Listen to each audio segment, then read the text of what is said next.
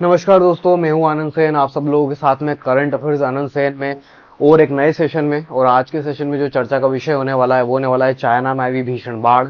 China में आई हुई फिलहाल बाढ़ भी भारी मूसलाधार बारिश की वजह से।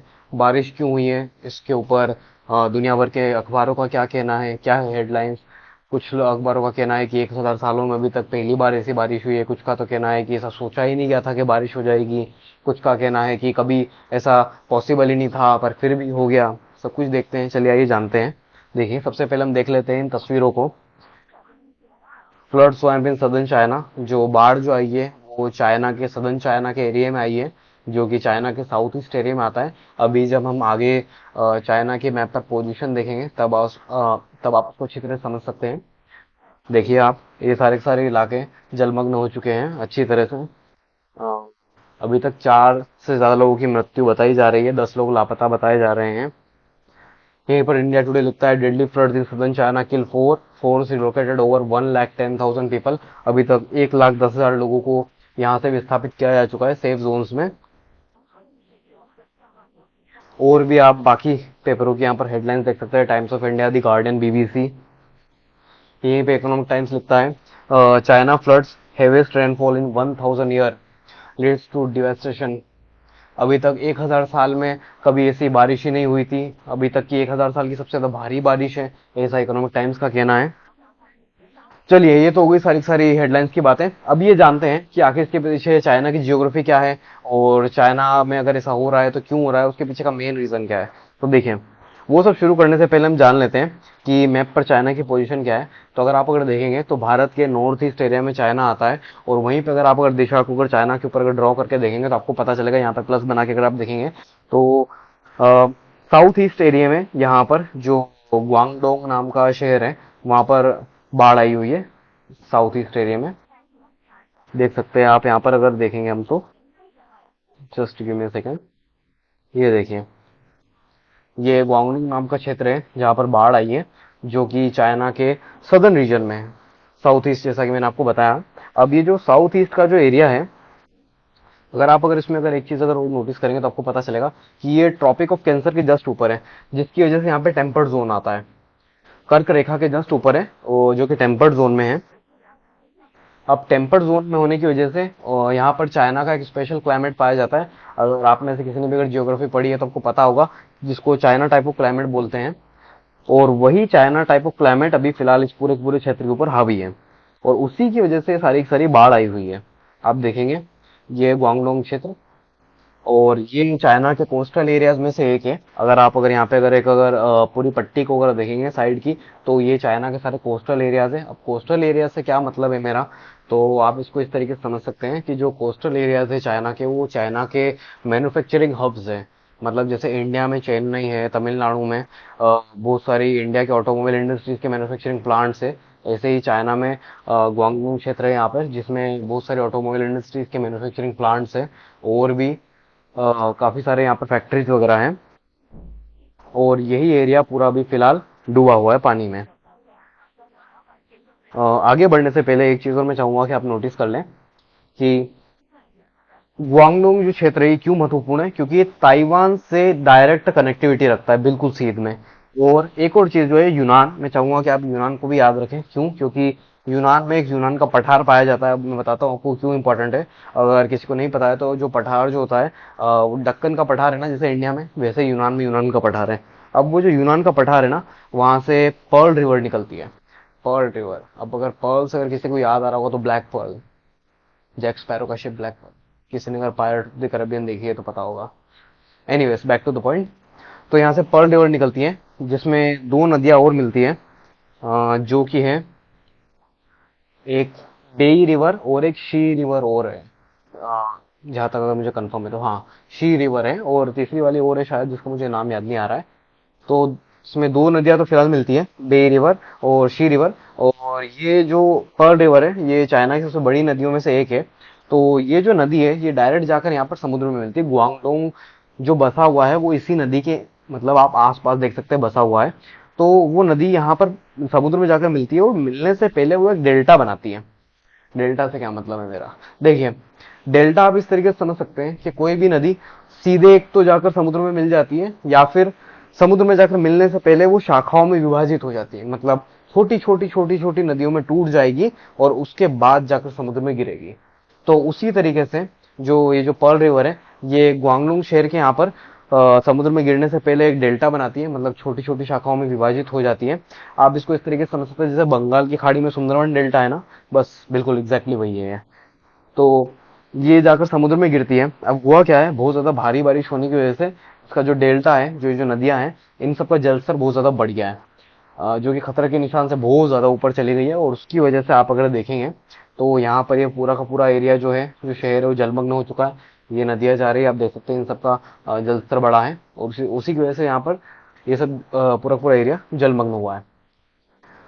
4 लोगों की मौत, 10 से ज्यादा लोग लापता। कई शहरों में 16 अप्रैल से तेज बारिश का सिलसिला। 44 से ज्यादा नदियां खतरे के निशान के ऊपर बह रही है। लोकल प्रशासन लोगों को, ये तो मैंने आपको बताई दिया, 1,10,000 से ज्यादा लोगों को रेस्क्यू किया जा चुका है, अभी तक सुरक्षित जगहों पर पहुंचाया जा चुका है। आप देख सकते हैं इन तस्वीरों में अच्छी तरह से। चीन सटकरा तूफान 21 अप्रैल की शाम को, ये सब आप पढ़ लीजिएगा। देखिए, चलिए अब हम ये समझते हैं कि यहाँ पर अगर बारिश हुई है तो इतनी सारी हुई है, और हुई है तो क्यों हुई है, और क्यों हुई है इससे पहले हम जान लेते हैं ये रीजन इसका। देखिए, चाइना में ज्यादा बारिश होने के पीछे जो रीजन है, वो क्लाइमेट चेंज वगैरह नहीं, कोई रीजन नहीं है। मेन रीजन ये है कि ग्रीन हाउस इफेक्ट। अगर ग्रीन हाउस इफेक्ट को अगर पढ़ चुके हैं, पढ़ा ही होगा 7वीं 8वीं में, अगर किसी को अगर भूल गए हैं तो मैं एक बार फिर से याद दिला देता हूँ कि ग्रीन हाउस इफेक्ट जो होता है, जो सूर्य की जो किरणें होती है, सनराइज होती है, वो जब पृथ्वी पे आती है तो वो पृथ्वी पे आके पृथ्वी की सतह से टकराकर एमिट होकर वापस लौटती है।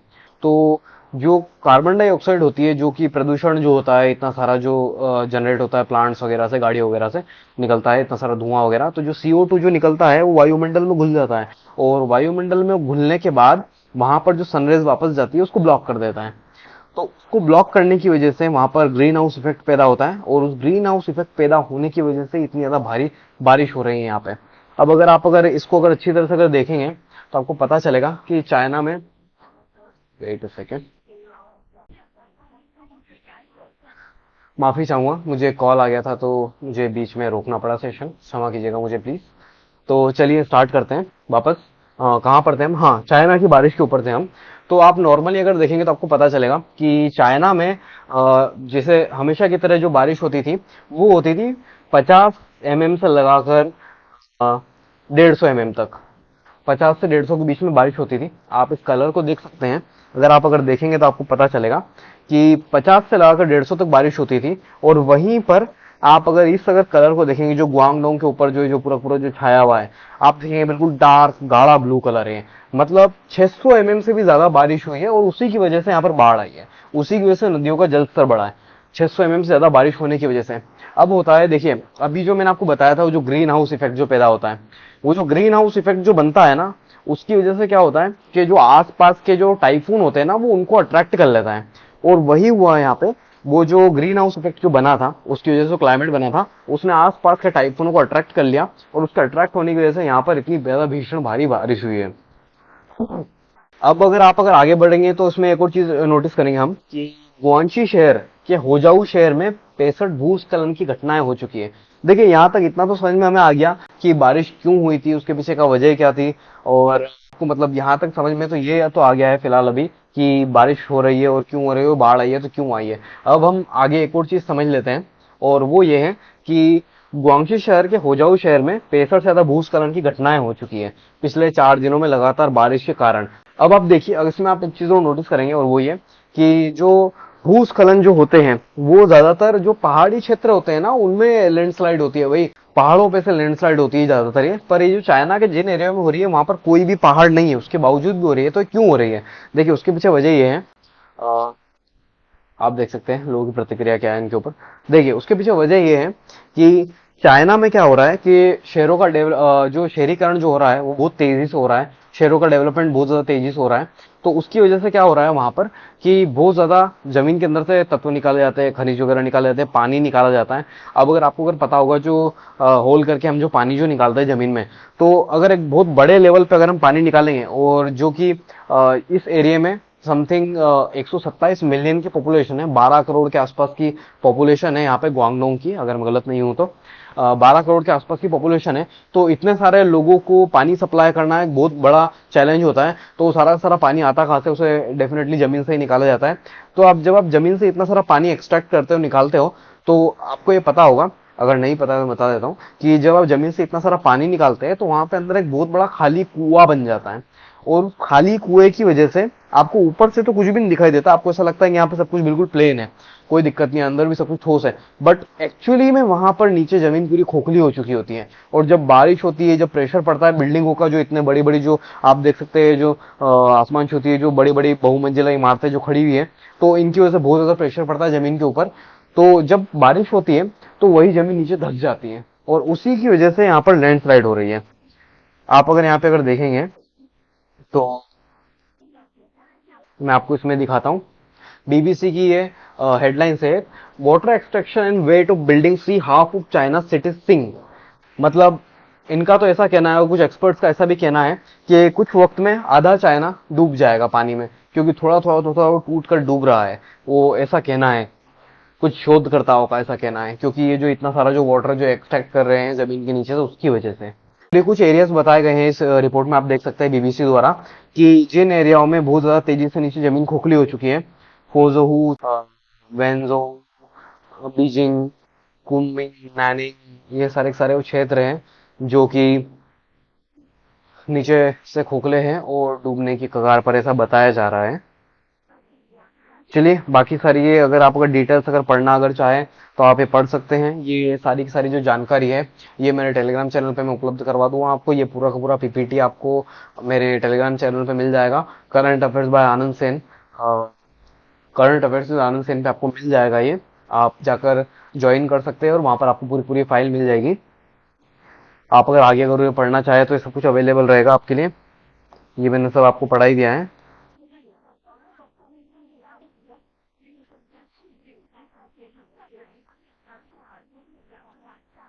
ये देखिए, जिन गड्ढों के बारे में मैं आपसे बात कर रहा था, जमीन खोखली हो जाती है, वो दिखाए गए हैं यहाँ पर। हाँ, एक चीज और देखिए, आप यहाँ नदियों के सिस्टम को समझ सकते हैं, कि यहाँ से जो बेई नदी आती है, शी नदी आती है, और जू नदी आती है, जऊ नदी, ये थी वो तीसरी रिवर जिसकी मैं बात कर रहा था। तो ये जो तीनों की तीनों यहाँ पर रिवर आकर मिलती है, ये चाइना की, मतलब आप इस तरीके से समझ सकते हैं कि यहाँ पर जो पर्ल रिवर है ना, ये वॉल्यूम के हिसाब से सबसे फर्स्ट नंबर पे, पहली सबसे बड़ी नदी है वॉल्यूम के हिसाब से, और डेंसिटी, अगर मैं गलत नहीं बोल रहा हूँ तो, एरिया के हिसाब से कितना ज्यादा पानी इकट्ठा कर सकती है, उसके हिसाब से दूसरे नंबर पे आती है। चलिए, तो फिर आज के लिए बस इतना ही। होप आपको सेशन अच्छा लगा होगा, समझ में आया होगा। और अगर आपके कोई भी अगर क्वेश्चन है, क्वारीज है, तो आप मेरे से कमेंट बॉक्स में पूछ सकते हैं, मेरे को पर्सनली मैसेज करके भी पूछ सकते हैं। मैं इंस्टाग्राम पे भी हूँ, current affairs Anand Sen, Twitter पे भी हूँ मैं। और आप मेरे से यूट्यूब में भी कमेंट सेक्शन में भी पूछ सकते हैं कोई भी क्वेश्चन, मैं आपको उनको डेफिनेटली आंसर करूंगा। और माफ़ी चाहूँगा थोड़ी सी इंटरप्शन के लिए, और थोड़ी सी मैंने वीडियो जल्दी जल्दी में शूट करी है, उसके लिए भी। डेफिनेटली अगली वीडियोस को मैं और ज़्यादा डिटेल्स में रखूँगा। चलिए, तब तक के लिए आप अपना ख्याल रखिए। Bye bye, take care. And अगर वीडियो अगर अच्छी लगी है तो प्लीज़ सब्सक्राइब कर दीजिएगा, लाइक भी कर दीजिएगा, काफ़ी सपोर्ट मिलेगा आपका तो मुझे और अच्छा लगेगा। चैनल अभी नया ये ग्रो ही कर रहा है, तो अगर आप सपोर्ट करेंगे तो बहुत अच्छा लगेगा मुझे। चलिए, तब तक के लिए जय हिंद, जय भारत।